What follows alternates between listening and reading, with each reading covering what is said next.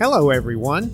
This is Foy Strang, and welcome to Moment for Mission.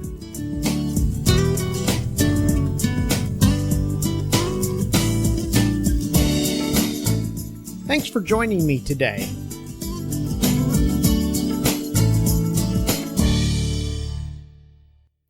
What do you do when you are moving along or at least getting started on your personal or organizational mission, and all of a sudden there is an unexpected turn of events that stops you dead in your tracks?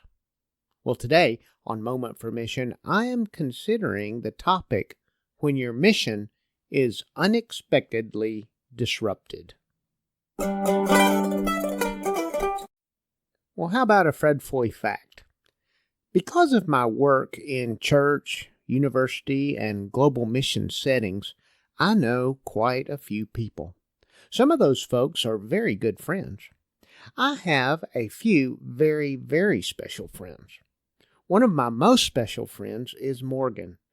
I have been best of friends with Morgan since 1972. Now, that's 47 years. We spent lots of time together growing up, and even as adults with spouses and families, we continue to enjoy being together. Our wives and kids often can't believe we're even still alive after all the things we did together. Now, if you want to hear some crazy stories, just let me know. More of a member of my family than a friend, Morgan is a truly valued person in my life. As a recent hurricane descended upon us, he contacted me to say we were all welcome to come to the safety of his home.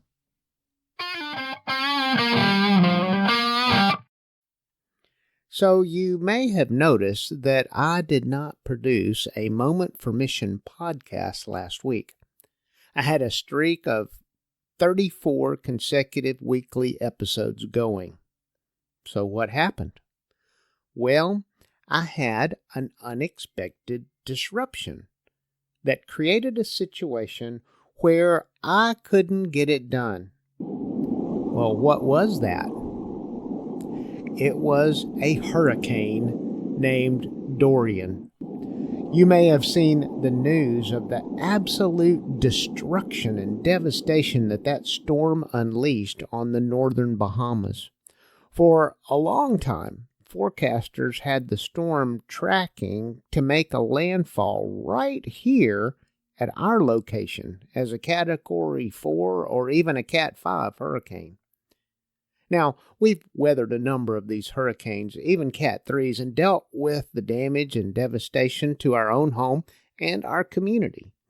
But the power of these storms is quite unfathomable, and the higher they get on that scale, the more dangerous they are. In short, there are many, many preparations to be accomplished before a storm like that hits.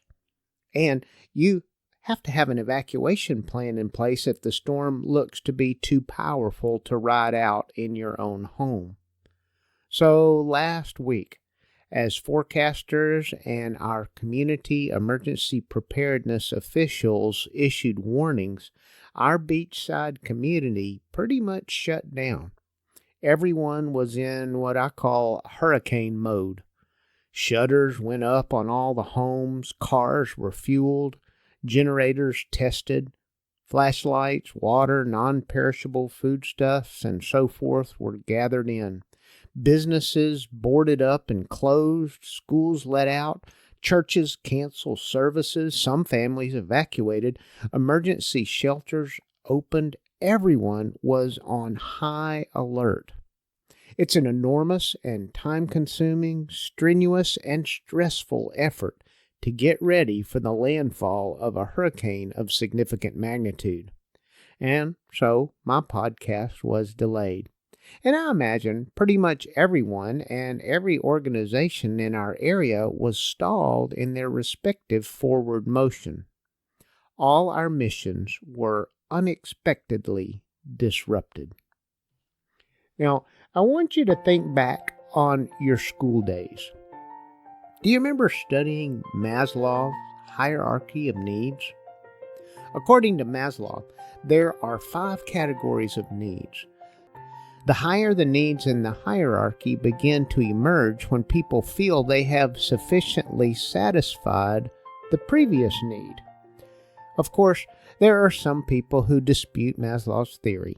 There are certainly nuances and overlaps and some alternative views, but the theory does make some sense, especially when a hurricane is knocking at your door.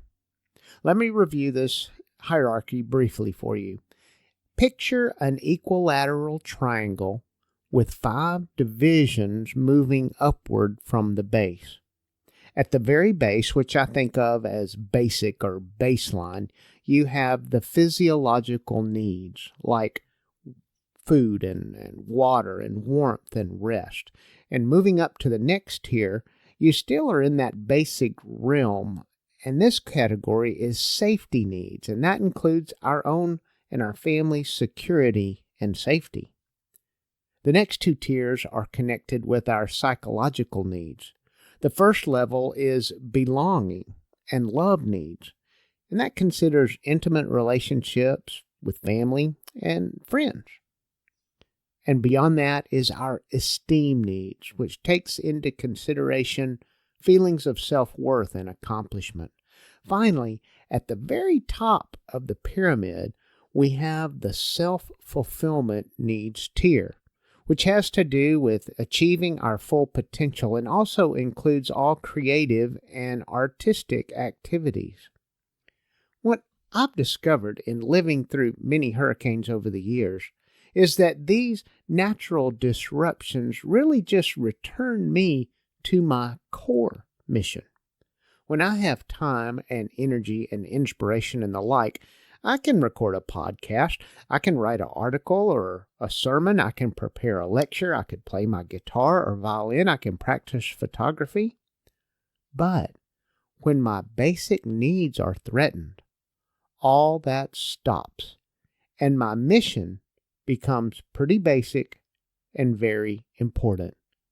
Survival and protection. A disruption, yes. But is it completely contrary to my mission? No. If I don't survive, if my home and office are destroyed, then I cannot continue with the other aspects of my vision and mission. Perhaps it's a good thing to get back to basics every now and then. Now, I'm not saying it's a good thing to have total and absolute destruction. But it's a good thing for us, at least in our mental state, to think about those important things, to take time to think about what's important to us. During this recent hurricane, I thought more about the importance of protection of my family than I did about recording a podcast. My values experienced a realignment of sorts. We had some awful good hugs and I love yous, fun fellowship meals together while awaiting for this storm.